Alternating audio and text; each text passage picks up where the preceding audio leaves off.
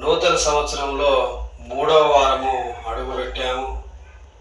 ఈ నూతన సంవత్సరం అంతా కూడా మరొచ్చే జనవరి వరకు కూడా దేవుడు మనందరినీ కూడా ఒక మంచి విధానములో, ఒక మంచి కుటుంబముగా, ఈ లోకంలో ఒక మంచి విశ్వాసిగా మనం బ్రతకాలని మనము ప్రార్థన చేయాలి. కాబట్టి ప్రియులారా, కీర్తనలు 1వ అధ్యాయము చూసినట్లయితే మనకు అనేకమైన సంగతులు ఇక్కడ కనబడతాయి. మెయిన్గా ఈ కీర్తనల గ్రంథాన్ని ఎవరెవరు రాశారంటే 73 కీర్తనలు సొలొమోన్ రాశాడు. 2 కీర్తనలు కోరాహు కుమారుడు రాశారు. 12 కీర్తనలు ఆసాపు రాశాడు. ఏనోసు 1 కీర్తన రాశాడు. మోషే గారు కొన్ని కీర్తనలు రాశారు. ఏతాను కూడా కీర్తన రాశాడు. కాబట్టి ఇది క్రీస్తుకు పూర్వము 10వ శతాబ్దంలో దీన్ని రాశారు. కనుక ఈ యొక్క క్రీస్తుకు పూర్వమే దేవుడు ప్రవక్తల ద్వారా ఈ యొక్క గ్రంథాన్ని రాసినట్లుగా, భక్తుల ద్వారా, దైవ సేవకుల ద్వారా ఈ గ్రంథాన్ని రాసినట్లుగా మనము చూస్తున్నాం. అంటే ఈ గ్రంథంను రాసే విధానంలో ఎవరు రాశారు అంటే యెహోవా ఆత్మ నా యందు ఉన్నది, కాబట్టి నేను ఆత్మ ప్రేరణ వలన దీన్ని రాస్తున్నాము. కాబట్టి మనము ఇంకా కనుక చూసినట్లయితే 2వ తిమోతి 3వ అధ్యాయము 16-17 వచనంలో చూస్తే, దైవజనుడు సన్నదుడై ప్రతి సత్కార్యమునకు పూర్ణముగా సిద్ధపడి ఉండునట్లు దైవావేశం వలన కలిగిన ప్రతి లేఖనము ఖండించుటకును, బుద్ధి చెప్పుటకును, నీతి యందు శిక్ష చేయుటకును ప్రయోజనకరమైనది. ఇదంతా ఎలా కలిగింది? ఈ యొక్క గ్రంథం అనేది ఎలా కలిగింది? ఈ లేఖనాలు ఎలా కలిగినాయి? 2వ తిమోతి 3:16-17 చూసాం కదా ఇందాక. కాబట్టి ఇక్కడ చూస్తున్నాం, ఇక్కడ చూడండి, దైవావేశం వలన కలిగిన ప్రతి లేఖనము. ఈ లేఖనాలన్నీ, ఈ వాక్యాలన్నీ, ఈ యొక్క బైబిల్ అంతా ఎలా కలిగింది అని చెప్తున్నది పౌలు గారు తిమోతికి రాస్తూ చెప్తున్నాడనమాట. చూడండి, దైవావేశం వలన కలిగిన ప్రతి లేఖనము ఉపదేశించుటకు. ఇది దేవుని యొక్క ఆవేశం వలన కలిగిన గ్రంథం ఇది బైబిల్ అనేది. ఆనాడు దైవభక్తులంతా కూడా లేఖనాలను రాశారు, వాక్యాన్ని రాశారు అంటే అది సామాన్యమైన విషయం కాదండి. ఏం చేస్తున్నాడు? దేవుని ప్రేరణ వాళ్ళలో ఉంటుంది. దేవుని ప్రేరణ అనేది ప్రేరేపింపబడుతున్నారు వాళ్ళు. ఇది రాయి అని దేవుడు ఆలోచన ఇచ్చినప్పుడు వెంటనే ఆ భక్తుడైన లేఖకుడు రాస్తున్నాడు. కాబట్టి రాయడానికి కూడా తనను తాను దేవునికి అర్పించుకోవాలి. ఏదైనా మనకు కావాలనుకుంటే దేవుని మీద గోజాడి ప్రార్థన చేయాలి. అలాంటి ప్రార్థన భక్తులను చూసినప్పుడు దేవుని యొక్క ఆవేశము వారిలోనికి వచ్చేసి ఈ యొక్క లేఖనాలు రాస్తున్నారు.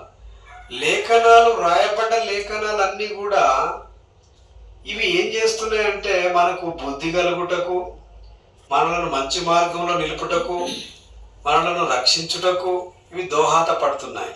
ఒకసారి మన వాక్యాన్ని చదివే ప్రయత్నం చేద్దాం. 16-17 దైవజనుడు సన్నదుడై ప్రతి సత్కార్యమునకు పూర్ణముగా సిద్ధపడి ఉండునట్లు దైవావేశం వలన కలిగిన ప్రతి లేఖనము ఉపదేశించుటకును, చూడండి, ఖండించుటకును, తప్పు దిద్దుటకును, నీతి యందు శిక్ష చేయుటకును ప్రయోజనకరమైనది. చూడండి, మనిషిని ఏం చేస్తుంది? అది బోధిస్తుంది. తర్వాత ఏం చేస్తుంది? ఖండిస్తుంది. నువ్వు చేసే తప్పు అని ఖండిస్తుంది. తర్వాత తప్పు దిద్దుతుంది, సరి చేసుకో, నీ జీవితాన్ని ఈ సంవత్సరంలో సరి చేసుకో అని తెలియజేస్తుంది.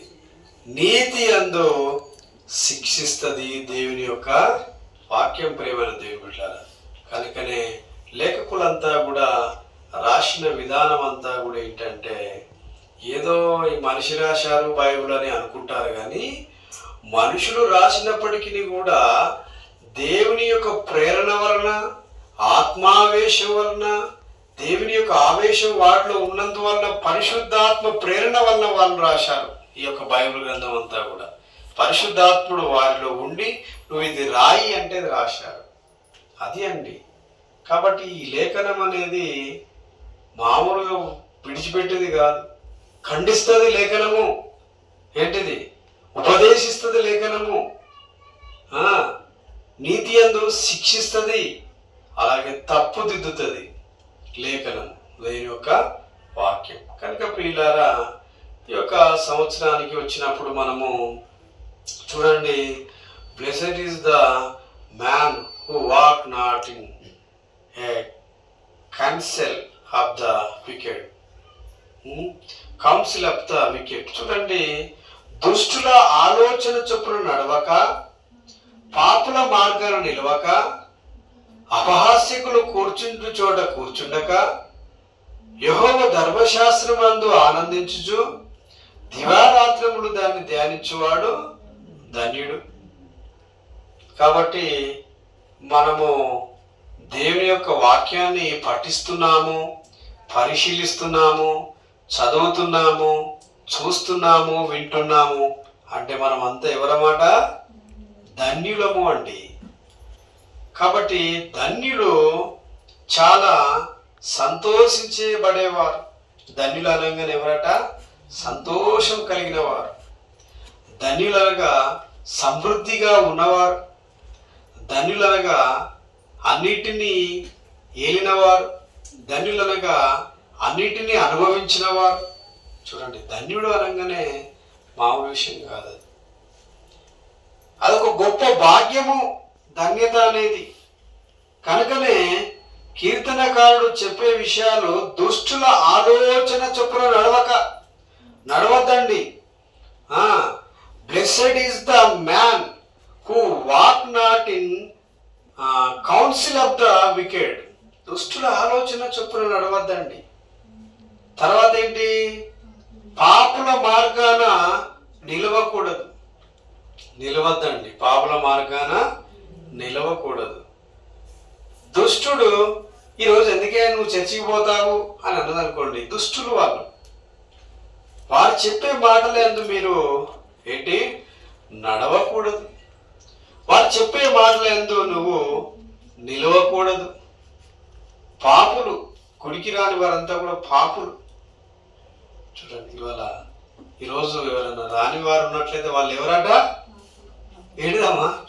పాపులు. మీరు 12 మంది వచ్చారు, ఏంటి ఇంకా 12 మంది రాలే అనుకోండి, వాళ్ళంతా ఎవరట? పాపులు. వాక్యం చెప్తుంది, మనంగా చెప్పేది. కాబట్టి దుష్టుల ఆలోచన చొప్పున నడవక, పాపుల మార్గాలు నిలవక, అపహాస్యకులు కూర్చుండు చోట కూర్చుండక. చూడండి, యెహోవా ధర్మశాస్త్రం నందు ఆనందించుచు దివారాత్రములు దాన్ని ధ్యానించువాడు ధన్యుడు. కనుక చూడండి, but he delight is in the law of the lord. యెహోవా ధర్మశాస్త్రం నందు ఆనందించుచు దివారాత్రములను దాన్ని ధ్యానించాలి. ఏం ధ్యానించాలి?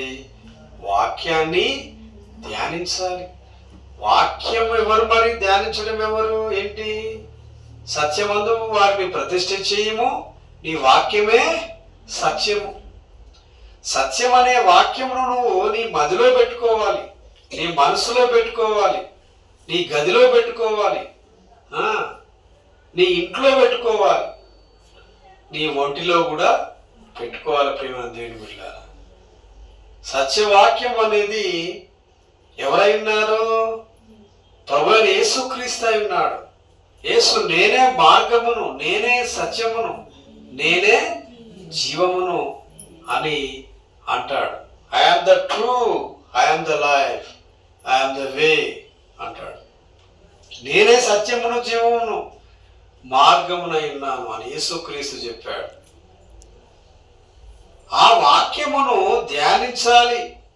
ఆ వాక్యం ఎవరై ఉన్నారు? యేసుక్రీస్తు ప్రభు అయినాడు. యేసుక్రీస్తు ప్రభును నీ మదిలో పెట్టుకుంటే నువ్వేమవుతావు?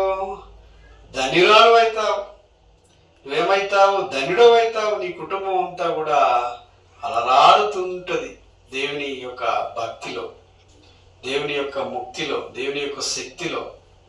దేవుడు నీకు ఎప్పటికీ తోడేడుగా ఉంటాడు. అర్థమవుతుందా? కాబట్టి ప్రియులారా, ఇక్కడ చూద్దాము. Not stand in the way of the sinners. Sinners అంటే పాపుల మార్గాన మనం నిలవకూడదు. పాపుల మార్గాన మనము నిలవకూడదు. పాపులు మనకు కనబడుతూనే ఉన్నారు. చూడండి, పాపులు అనేసరికి ఈ లోకంలో ఒక్కడు పరిశుద్ధుడు లేడు. మరి దీన్ని బట్టి చూస్తే నీతిమంతుడు లేడు, ఒక్కడును లేడు. అందరూ పాపం చేసి దేవుడు అనుగ్రహించు మహిమను పొందలేకపోతున్నారండి. ఏంటండి? పొందలేకపోతున్నారు. దేవుని యొక్క గ్లోరీనెస్, ఆ దేవుని యొక్క మహిమను వారు పొందలేకపోతున్నారు. మనుషులమైన మనము దేవుని మహిమను పొందలేకపోతున్నాం. అంత పాపం చేస్తున్నాం, పాప ఆలోచనలో జీవిస్తున్నాం, పాపపు నడకలు నడుస్తున్నాం, పాపుల మార్గాలు నిలబడుతున్నాం. అంటే ఇవి చేయకూడదనే ఇక్కడ గ్రంథకర్త మంచిగా ఒక్కి నొక్కానించి రాస్తున్నాడండి. కాబట్టి ప్రియులారా, వీటిని చేయకూడదు, ఒక మంచి సరి అయిన విధానంలో నడవాలి అని చెప్పి ఈ గ్రంథకర్తలు ఏం చేశారు? ఒక వాక్యాన్ని రాశారు. ఆ వాక్య ప్రకారం మనము మన జీవితాలను దిద్దుకోవాలి. ఏమంటున్నాడు పౌలు గారు తిమోతికి రాస్తూ? అది ఉపదేశించుటకును, ఏంటది?